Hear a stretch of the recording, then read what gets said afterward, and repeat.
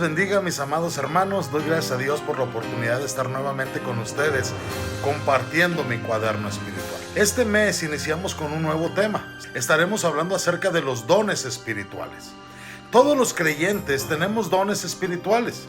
Y esta semana deseamos hablar acerca de el propósito de esos dones, debido a que el hecho de tener estos dones es una de las tácticas que Satanás usa contra la iglesia. ¿Cómo?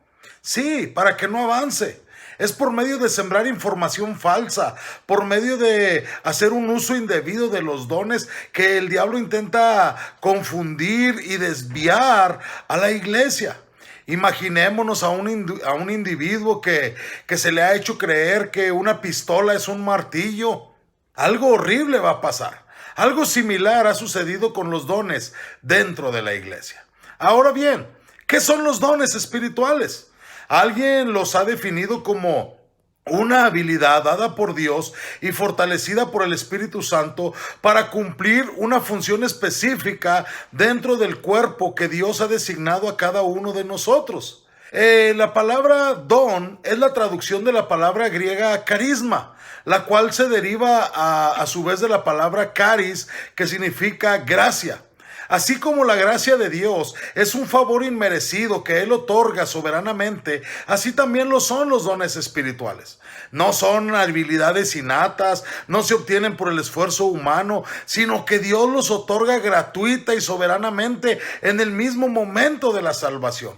Es Dios quien decide cuál es el lugar que vamos a ocupar en la iglesia y cuál es la función que vamos a desempeñar ahí. Sin embargo, el desarrollo y el uso de esos dones es responsabilidad del creyente. Es Dios quien los da, pero es el creyente quien los usa y los desarrolla. Se ha dicho que los cristianos no pueden controlar los dones que Dios les da, pero sí pueden controlar si usan o no los dones que reciben. ¿Y cómo los usan? Los dones espirituales no son entidades autónomas fuera del control de la persona, sino que son habilidades que el Espíritu Santo da y que la persona debe usar y desarrollar para servir a los demás. La palabra de Dios en 1 Corintios capítulo 14, versículo 12 dice: así también vosotros, pues que anheláis dones espirituales, procurad abundar en ellos para la edificación de la iglesia. A la vista de esto, los corintios deberían combinar su celo por los dones espirituales con el deseo de la edificación de la iglesia. Este es el deseo que cada cristiano debería de tener: ir hacia la excelencia, hacer de la edificación de la iglesia nuestro objetivo. El apóstol Pablo les está diciendo: ustedes desean dones espirituales, ¡qué bueno! Abunden en ellos, pero para edificación de la iglesia.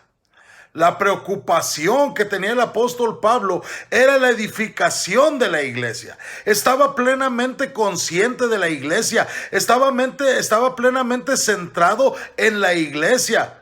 Es el caso completamente contrario al de los corintios, quienes estaban centrando en sí mismos. El problema que los corintios tenían con respecto a los dones espirituales se debía a sus afanes egoístas. Es decir, que ellos no tenían ningún interés en edificar la iglesia. Pablo le estaba dando un énfasis a la iglesia como la única meta de Dios para nosotros. Hoy en día hay muchas personas que menosprecian la iglesia. Hay muchas personas que se creen más importantes que la iglesia. Por eso el apóstol Pablo les dice: así también vosotros, que anheláis los dones espirituales, qué bueno que deseen los dones espirituales. Procuren abundar en ellos para la edificación de la iglesia.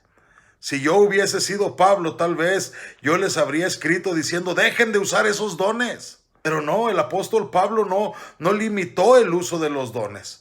Él les aconsejó a que los usaran con la mentalidad correcta. ¿Cuál es el propósito de los dones? La edificación de la iglesia. Esta semana estaremos aprendiendo sobre esto.